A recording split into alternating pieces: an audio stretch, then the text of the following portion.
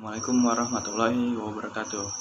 Kami dari kelompok 3 akan menjelaskan tentang pemilihan dan pengembangan staf audit internal. Perkenalkan, nama saya Faris Abdurrahman dan rekan-rekan saya di antara Maura Puspa Adita, Fajar Aditya Warman, Lisa Apriandini, Leni Wulandari, Muhammad Rahman, Kirana Gusti Khairun Saramdan, dan terakhir ada Hikmah Damayanti. Kepada Maura Puspa Adita, waktu dan tempat kami persiapkan. Mengapa pemilihan staf audit merupakan hal yang sangat penting terhadap kesuksesan proses audit internal? Karena jika audit adalah orang yang dipercaya, bertanggung jawab, dan disiplin, maka kinerja perusahaan pun akan meningkat. Dan sebaliknya, jika staf audit yang tidak bertanggung jawab, maka itu akan berpengaruh dengan perusahaan, yaitu cara hasil audit tidak dapat dipercaya atau tidak meyakinkan. Lanjut ke slide 3. Di slide 3 ini ada langkah pemilihan calon audit internal, di mana tahapannya ada 3. Yang pertama ada tahapan wawancara. Wawancara itu berisikan seperti menanyakan bagaimana konsep Anda tentang audit internal dan bagaimana integritas Anda terhadap dan dalam menjalankan audit internal tersebut. Lalu yang kedua ada tahapan tes, di mana kita akan ditanyakan mengenai materi-materi seberapa dalam kita mengetahui tentang audit internal tersebut. Lalu yang ketiga ada tahapan seleksi, di mana tahapan seleksi tersebut tahapan selanjutnya ketika kita sudah melewati tahapan wawancara dan tahapan tes tersebut. Di sini saya Lisa Apriandini akan mempresentasikan tentang bagaimanakah pertanyaan saat pemilihan audit internal. Pertanyaan yang pertama yaitu bagaimanakah konsep Anda mengenai audit internal. Nah, nanti Anda harus menjabarkan konsep-konsep yang telah Anda buat saat Anda menjadi seorang audit internal. Kemudian, bagaimanakah Anda mengetahui hal tersebut? Dari mana sih konsep tersebut Anda dapatkan? Kemudian, mengapa Anda berpikir akan menyukainya?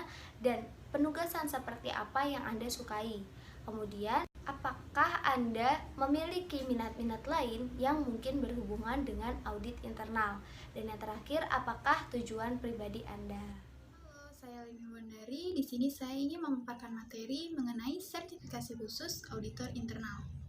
Seorang auditor dapat dikatakan berkompetensi atau profesional apabila telah mengikuti sertifikasi internal audit atau yang sering kita sebut sebagai CIA, di mana CIA tersebut dibagi menjadi 5 golongan. Yang pertama, CCSA atau Certification in Control Self-Assessment.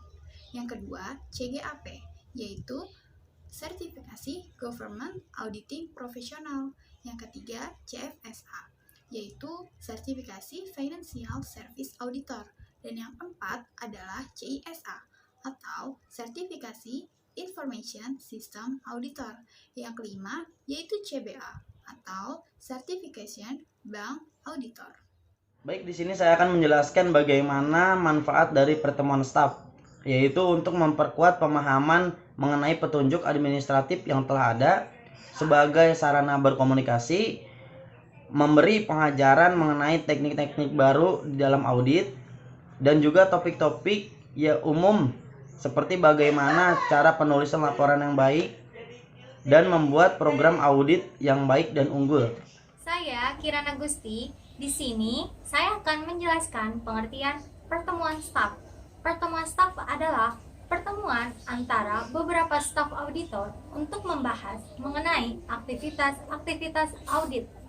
Pertemuan staf juga bisa dikatakan sebagai media komunikasi untuk para staf auditor, di mana dalam pertemuan staf ini para staf diberikan kesempatan untuk menyampaikan opini atau pendapatnya berupa ide atau solusi terkait masalah-masalah dalam aktivitas audit seperti prosedur administratif yang tidak berjalan sebagaimana mestinya. Saya Hikmah Damayanti akan memaparkan materi terakhir, yaitu bentuk pembahasan saat pertemuan staf. Ada 13 bentuk pembahasan saat pertemuan staf. Yang pertama, membuat program audit Yang kedua, presentasi kertas kerja. Yang ketiga, menyusun laporan audit. Yang keempat, menjelaskan pertemuan yang menarik. Yang kelima, menentukan tingkat keyakinan dan batas penelitian. Yang keenam, menggunakan audit proses. Yang ketujuh, menentukan audit bisnis. Yang kedelapan, menentukan teknik sampling yang digunakan untuk keadaan yang berbeda. Yang kesembilan, survei versus pemeriksaan terperinci. Yang kesepuluh, bentuk yang diterima dari sebuah tindakan perbaikan. Yang ke-11, membahas produk baru. Yang ke-12, membahas sistem baru organisasi. Dan yang terakhir yaitu membahas tentang masalah-masalah yang ada di lingkungan sekitar. Berikut Itulah penjelasan dari bab 3. Semoga dapat dimengerti dan dapat dipahami. Kurang lebihnya mohon maaf. Sekian dari kelompok 3. Assalamualaikum warahmatullahi wabarakatuh.